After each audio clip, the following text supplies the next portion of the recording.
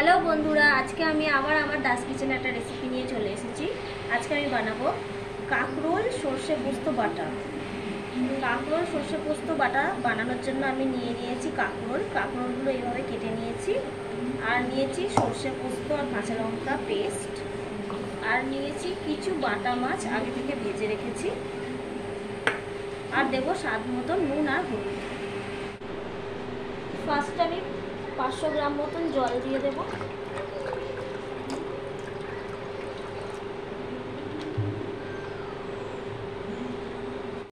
এবার কাঁকরোলগুলোকে আগেও ধুয়েছিলাম একবার, আবার ধুয়ে নিয়ে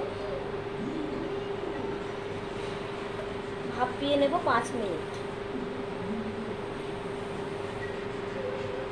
ঢাকা দিয়ে দিচ্ছি, 5 মিনিট মতন এটা ভাপিয়ে নেব। তো 5 মিনিট হয়ে গেছে। 5 মিনিট পর আমি ঢাকনাটা খুললাম।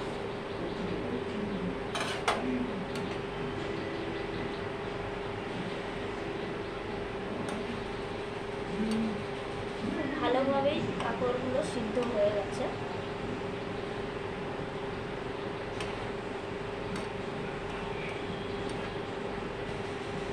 এবার আমি জল সমেত একটা অন্য পাত্রে রেখে দিচ্ছি।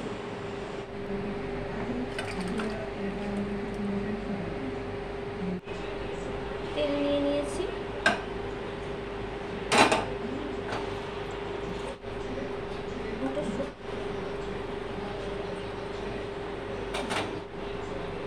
সর্ষে পোস্ত এবং কাঁচা লঙ্কা পেস্টটা দিয়ে দিচ্ছি।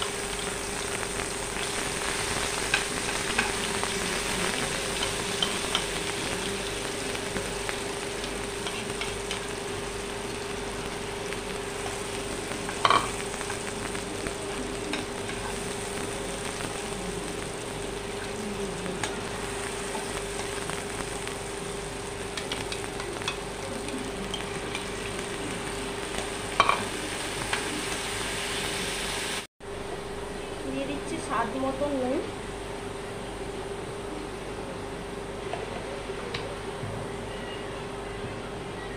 সামান্য একটু হলুদ।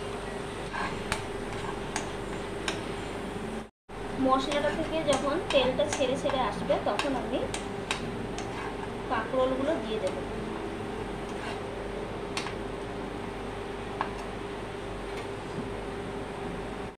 এবার আমি কাঁকরোলগুলো দিয়ে দিচ্ছি, সেদ্ধ করা কাঁকরোলগুলো।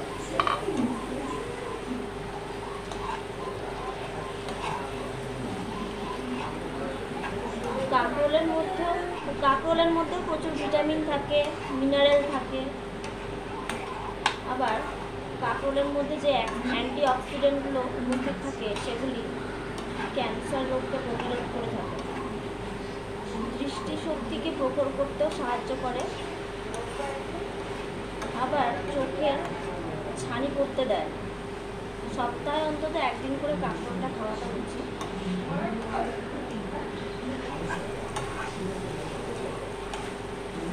যাই হোক, কাঁকরোলটা খুবই উপকারী, বিশেষ করে চোখের জন্য খুবই উপকারী।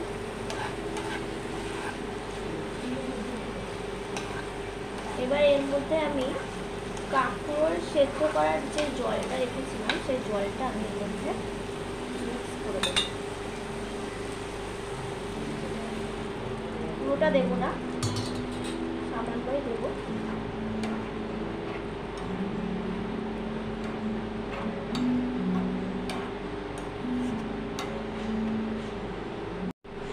এবারে এর মধ্যে আমি ভেজে রাখা বাটা মাছগুলো সাজিয়ে দেব।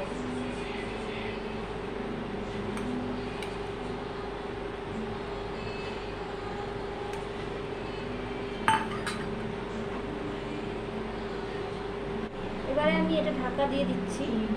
2 থেকে 3 মিনিট মতন এটা ফুটলে রান্নাটা কমপ্লিট। 2 মিনিট পরে ঢাকনাটা খুললাম।